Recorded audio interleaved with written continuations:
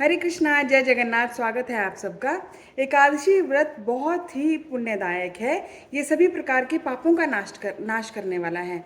और अब जो 18 जून को एकादशी आने वाली है, जिसको कि हम निर्जला एकादशी या भीम एकादशी कहते हैं, यह ज्येष्ठ माह के शुक्ल पक्ष की एकादशी है। बहुत ही महत्वपूर्ण एकादशी है। इस एकादशी का व्रत पालन सबको करना चाहिए। हमारे शास्त्रों के अनुसार 8 वर्ष के बालक से लेकर 80 वर्ष के वृद्ध तक सबको एकादशी व्रत का पालन करना चाहिए। फिर चाहे वो बालक हो, वृद्ध हो, स्त्री हो, पुरुष हो, सभी को इस व्रत का पालन करना चाहिए। किसी भी अवस्था में हम व्रत का पालन कर सकते हैं। बहुत ही कठोरता से, अच्छे से नियम का पालन करना चाहिए व्रत का। और कई बार आता है कि विधवा को, विधुर को, सभी को व्रत का पालन करना चाहिए। और कहीं अगर आप जा रहे हैं, वैसे तो प्रयास कीजिए कि इस दिन जो है आप कहीं जाने का प्लान मत बनाइए, परंतु कभी कहीं जाना भी पड़े तो भी व्रत का पालन अवश्य कीजिए। अब कभी प्रश्न आता है कि महिलाएं जो हैं, स्त्रियां हैं, पीरियड्स के टाइम पे क्या व्रत का पालन कर सकती हैं? बिल्कुल कर सकती हैं, अवश्य व्रत का पालन करें। भगवान की सेवा में आप ऐसा कोई कार्य नहीं कर सकते, क्योंकि अनहाइजीनिक रहता है, साफ सफाई नहीं रहती है। तो इस वजह से भगवान की सेवा में आप नहीं कुछ कर सकते हैं, परंतु अपना जप कीजिए। महामंत्र का जप सभी कर सकते हैं। महामंत्र का जप जो है वो अवश्य कीजिए, कीर्तन कीजिए, और श्रीमद् भगवद गीता और भागवत जैसे जो है इनको ग्रंथों को पढ़िए। ये आप कर सकते हैं। और कोई गर्भवती महिलाएं हैं, वो क्या व्रत का पालन कर सकती हैं? बिल्कुल कर सकती हैं, परंतु अपनी अवस्था के अनुसार जो है आप फल लेकर, दूध लेकर और एकादशी प्रसाद लेकर आप व्रत का पालन कर सकते हैं। जो वृद्ध हैं या जो बीमार हैं, जिनकी अवस्था ठीक नहीं है, वो अपनी क्षमता के अनुसार व्रत का पालन अवश्य करें। और कुछ एकादशी प्रसाद ले लें, जल ले लें, दूध ले लें, और फल ले सकते हैं। दूध से बनी वस्तुएं ले सकते हैं, दही, छाछ, लस्सी, ये ले सकते हैं, बिल्कुल ले सकते हैं। और एक चीज़ और देखी जाएगी कि जो युवा हैं और स्वस्थ हैं, उनको एकादशी व्रत का, इसका निर्जला एकादशी का अच्छे से पालन करना चाहिए। वो कैसे करेंगे? प्रातः ब्रह्म मुहूर्त में, जो कि लगभग 3:45 प्रारंभ हो जाएगा, उस समय से लेकर 18 जून को प्रातः ब्रह्म मुहूर्त से लेकर और 19 जून तक, जब व्रत का पारण समय है, जो कि 5:24 से लेकर 5:24 पर प्रातः से लेकर 7:30 बजे तक का है, तब तक जो है व्रत को करना है, बिना जल के और बिना अन्न के। एक दिन अगर जल नहीं या अन्न नहीं लेंगे तो कुछ नहीं होने वाला। भगवान की प्रसन्नता के लिए ये माधव तिथि है, कुछ ना कुछ तब तो करना ही पड़ता है, कोई तपस्या तो करनी ही पड़ती है। तो अवश्य इस व्रत का इस तरीके से पालन कीजिए। और दूसरी चीज़ ये है कि कई बार प्रश्न आता है कि हम कभी थोड़ा बहुत जल पी सकते हैं? तो बिल्कुल भी, क्योंकि निर्जला एकादशी है तो जल बिल्कुल भी ग्रहण नहीं करना है। पर आप अपने क्षमता के अनुसार अगर रह सकें तो जितनी देर तक रह सकें प्रयास कीजिए कि अधिक समय तक जो है आप जल और भोजन के बिना रहिए।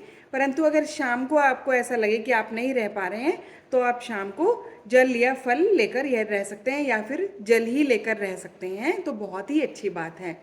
तो वर्ष भर में एक ही एकादशी आती है, ये निर्जला जो होती है। तो अगर इसका पालन अच्छे से किया जाए, अगर एक दिन जल या भोजन नहीं ग्रहण करेंगे तो हमारे शरीर पे अच्छा ही प्रभाव पड़ता है, और भगवान स्वयं जो है हमें शक्ति देते हैं व्रत को पालन करने की। तो इसलिए प्रयास कीजिए कि इसको बिना जल और निर्जल रहकर, और भोजन तो लेना ही नहीं है, तो ऐसा रहकर व्रत का पालन कीजिए। साइंटिफिकली भी कहा गया है कि माह में, एक मास में 2 दिन में, जैसे 15 दिन में ये एकादशी आती है, तो 15 दिन बाद अगर हम बिना अन्न या जल के रहें और पूरा दिन जो है अपना जप वगैरह करें, अपना कोई भी कार्य भी कर सकते हैं आप, तो उसका हमारे शरीर पर बहुत ही अच्छा प्रभाव पड़ता है। सारे शरीर के टॉक्सिन्स निकल जाते हैं, जो भी विषैले तत्व इकट्ठे हो जाते हैं शरीर में, वो सब निकल जाते हैं। तो इसका बहुत अच्छा प्रभाव पड़ता है, क्योंकि ये जो आती है एकादशी, जो तिथि आती है, वो दशमी से और पूर्णिमा या अमावस्या के मध्य में आती है। तो इन 5 दिनों में ही जो है समुद्र में लहरें जैसे बहुत ज़्यादा उठती हैं, उसी प्रकार से हमारे शरीर पर भी उनका इफेक्ट पड़ता है। तो अगर हम इस दिन, ये इसीलिए इस दिन हमारे शास्त्रों के अनुसार अनुमोदित किया गया है एकादशी व्रत का, कि पालन करें तो बहुत ही अच्छा शरीर पर असर पड़ता है। ये सब तो साइंटिफिकली हैं, और ऐसे भी बहुत सारे रिसर्चेस में कहा गया है कि हमें महीने में 2 दिन अगर हम ऐसा पालन करते हैं, व्रत का पालन करते हैं अन्न अन्न के बिना रहकर, तो बहुत सारी बीमारियां, कैंसर और इससे इसी तरह की बहुत सारी बीमारियों से जो है मनुष्य अपने को बचा सकते हैं। क्योंकि इस समय में हम प्रतिदिन अगर हम अन्न खाते हैं तो हमारे शरीर की जो है एनर्जी उसको ही पचाने में लग जाती है। और जब हम एकादशी पे अन्न ग्रहण नहीं करते तो शरीर अपने आप को रीग्रो करता है, रिजुमिनेट करता है। जो सेल्स अस्वस्थ हो चुके हैं वो स्वस्थ हो जाते हैं सेल्स। तो प्रयास कीजिए कि एकादशी व्रत अवश्य पालन करें, और ये निर्जला एकादशी है, इसका तो बहुत ही अवश्य ही पालन करें एकादशी व्रत का। अब कभी ये भी प्रश्न आ सकता है कि कई बार घरों में सूतक लगा हुआ है, तो व्रत का पालन करना है कि नहीं एकादशी व्रत का। तो एकादशी व्रत का पालन अवश्य ही करना है। भगवान का नाम, सूतक क्या होता है कि घर में जब किसी नए संतान आदि का जन्म हो या फिर किसी की मृत्यु हो जाए यदि घर में, परंतु उस अवस्था में भी एकादशी व्रत का पालन अवश्य करें। भगवान की सेवा नहीं कर सकते हैं, कोई मांगलिक कार्य उस समय पे नहीं कर सकते हैं, शुभ कार्य तो, परंतु होम यज्ञ वगैरह, परंतु भगवान की सेवा नहीं कर सकते हैं, तो ये अर्थ नहीं है कि हमें भगवान का नाम भी नहीं लेना है। अपना जप कर सकते हैं, भागवत आदि ग्रंथों को पढ़ सकते हैं, और शाम में आप कीर्तन भी कर सकते हैं। तो भगवान का नाम जो है वो किसी भी अवस्था में कभी भी लिया जा सकता है, कहीं पर भी लिया जा सकता है। तो वो उसको हमें नहीं छोड़ना है। अपना अधिक से अधिक जप कीजिए। 16 माला तो प्रतिदिन करते ही हैं, तो इस दिन आप 32 माला और 64 माला इतनी भी कर सकते हैं एकादशी पे, निर्जला एकादशी पर विशेष तौर पर। और महामंत्र की माला करेंगे, 108 मनके वाली माला पे माला करेंगे। तो अगर आप चाहेंगे तो मैं आपको कल बता भी दूंगी कि जप कैसे किया जाता है।